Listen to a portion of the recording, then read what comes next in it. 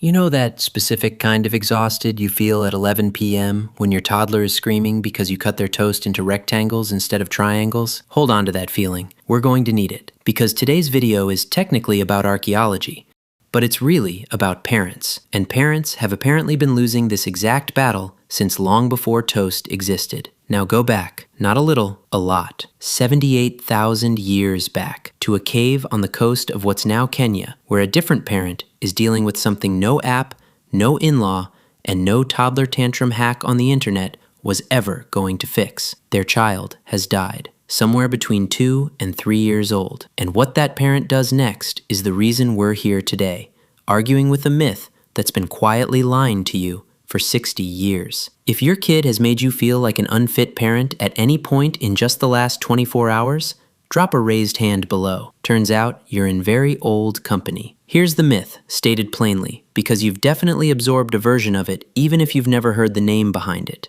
Ancient people didn't really love their kids. Not like we do. Mortality was too high, life was too brutal, and parents, supposedly, learned not to get attached because half their children were going to die anyway. Cold, practical, almost businesslike about death. It's a tidy story. It's also, as it turns out, mostly wrong. And wrong in a much weirder way than ancient people were heartless cavemen. Let's get into where this myth actually comes from, because that part alone will surprise you. The claim doesn't come from anthropologists studying the Stone Age. It comes from a French historian named Philippe Ariès, who in 1960 published a book that would later be translated as Centuries of Childhood. Ariès wasn't talking about cavemen at all. He was talking about medieval and early modern Europe, the 1300s through the 1700s, and his argument was that because child mortality was so high, parents in that era didn't invest emotionally in children the way modern parents do. He didn't even claim parents were abusive or neglectful, just that the concept of a cherished, sentimentalized childhood simply didn't exist yet. That's already a narrower, more careful claim than the one that ended up floating around the internet. And here's the part that almost nobody mentions when they repeat it. Historians have spent the better part of 6 decades tearing Ariès' argument apart. Critics pointed out he leaned heavily on portraits and selective texts, ignored quantitative mortality data entirely, and picked sources that fit his theory. One of the favorite counterexamples scholars use against him is a 14th century English poem called Pearl, written by a father so devastated by the death of his 2-year-old daughter that he wrote an entire dream vision elegy just to imagine seeing her again in paradise. That's not exactly businesslike about death. So even the narrowest, most specific version of this myth about medieval Europe, by a real historian, with real if flawed evidence, has been largely rejected by the field that produced it, and yet somehow, decades later, the internet took that already shaky claim, ripped it completely out of its time period, and slapped it onto actual Stone Age humans, people separated from medieval Europe by tens of thousands of years and an entire continent. Nobody serious ever claimed Paleolithic parents didn't grieve. The myth you've heard isn't ancient history being honest about itself. It's a 60-year-old academic argument already disputed in its own field, wearing a caveman costume. Maybe it sticks around because it's comforting in a strange way. If ancient people were too numb to grieve, then maybe grief itself is just a modern luxury, something we invented along with antibiotics and group chats. It's a more flattering story for us than the alternative, which is that humans have always felt exactly this much, with exactly this little control over it. Which brings us back to that cave in Kenya. The site is called Panga ya Saidi, and archaeologists had been digging there since 2010 as part of a joint project between the Max Planck Institute and the National Museums of Kenya. In 2013, during the 3rd field season, they found something fragile and strange about 3 meters below the cave floor, a small, tightly clustered pit of bones, so decomposed and delicate that nobody could tell just by looking what they'd actually found. Was this a deliberate grave, or just a child who happened to die in a hole, with sediment burying them by accident over millennia? For years, that question stayed open. The bones were too fragile to study on site, so the entire block of sediment was plaster cast, shipped to Nairobi, and eventually sent to a lab in Burgos, Spain, run by paleoanthropologist Maria Martinon Torres, to be excavated all over again, this time in slow motion, under controlled conditions by people trained to read the faintest signs of human intention in dirt. What they found, published in the journal Nature in 2021 by a team spanning 9 countries, including Kenya, Germany, Spain, France, Australia, Canada,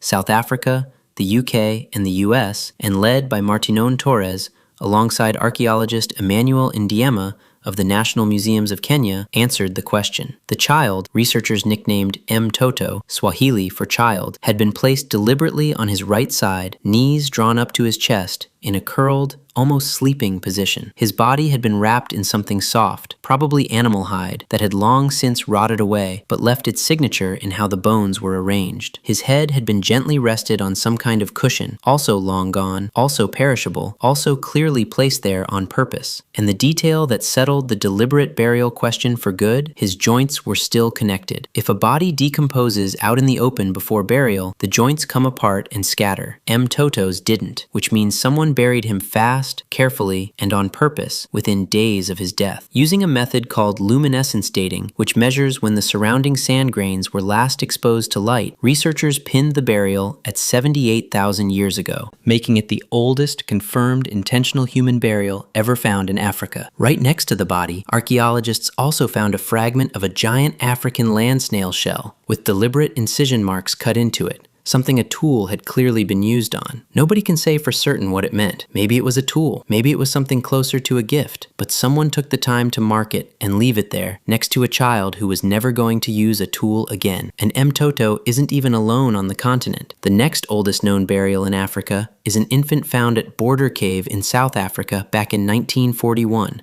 Dated to somewhere between 58,000 and 74,000 years ago. 2 of the oldest deliberate human burials we've ever found on an entire continent, and both of them are children. Now you might be thinking, fine, one extremely careful burial. Maybe that's a fluke. Maybe Mtoto's parents were just unusually sentimental, an outlier in an otherwise cold and indifferent world. Except Mtoto isn't a fluke. He's a pattern, and the further you look, the more the pattern holds. Jump forward 44,000 years to a site called Sunghir on the outskirts of what's now Vladimir, Russia. Around 34,000 years ago, in the depths of the last ice age, a community buried 2 boys, roughly 10 and 12 years old, head to head in a single long grave. And this is where it stops being just careful and starts being almost incomprehensible. Those 2 children were buried with more than 10,000 mammoth ivory beads, each one estimated to take about an hour to carve by hand, along with 20 ivory armbands,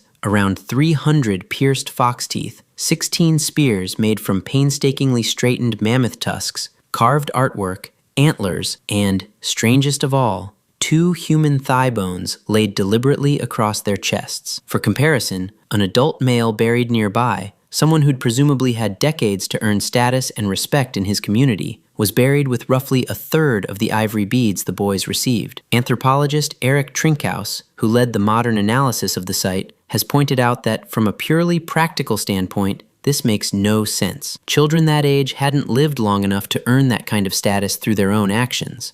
Whatever they were buried with reflects what they meant to the people who buried them, not what they'd personally accomplished. Other graves at the same site held almost nothing at all, just a body and bare earth. That contrast is exactly why researchers read Sunghir as evidence of social complexity rather than random chance. This community was clearly capable of treating its dead very differently depending on who they'd lost. And for these 2 boys, they chose to empty the workshop. To be fair to the skeptics, this isn't a completely closed case.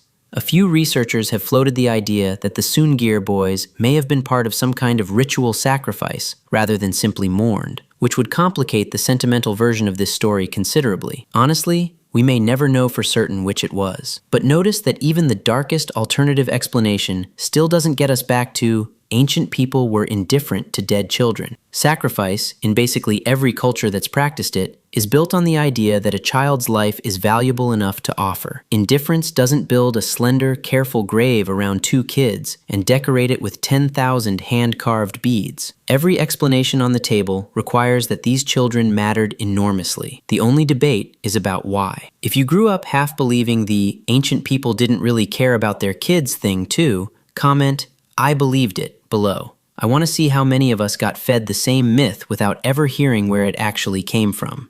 Here's the bigger, slightly uncomfortable truth underneath all of this. Child mortality in deep prehistory really was devastating. By some estimates, in many pre-modern populations, something close to half of all children didn't survive to adulthood. That part of the myth isn't wrong. What's wrong is the conclusion people drew from it. We assumed that constant exposure to child death must have produced emotional armor, a kind of evolved numbness. But the actual physical evidence, the wrapping, the pillow, the 10,000 beads, the spears that took weeks to make, points to something closer to the opposite. Grief that common wasn't armor against feeling. If anything, it looks like it became one of the most carefully ritualized, resource-intensive things these communities ever did. They didn't have therapy or grief counselors or a word for closure. What they had was ochre, ivory, shells, and time. And they spent staggering amounts of all three on children who would never grow old enough to thank them for it, in caves and on riverbanks, separated by tens of thousands of years and an entire planet with no possible way of knowing about each other and somehow arriving at the same instinct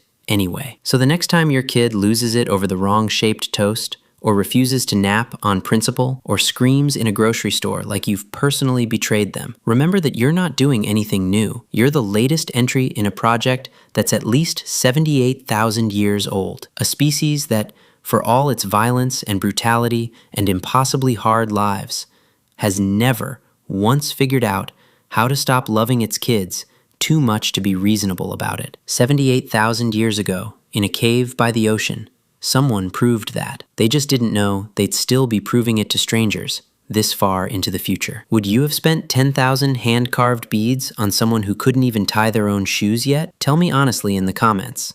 And if you want more of history's most human moments dug up like this, you know what to do.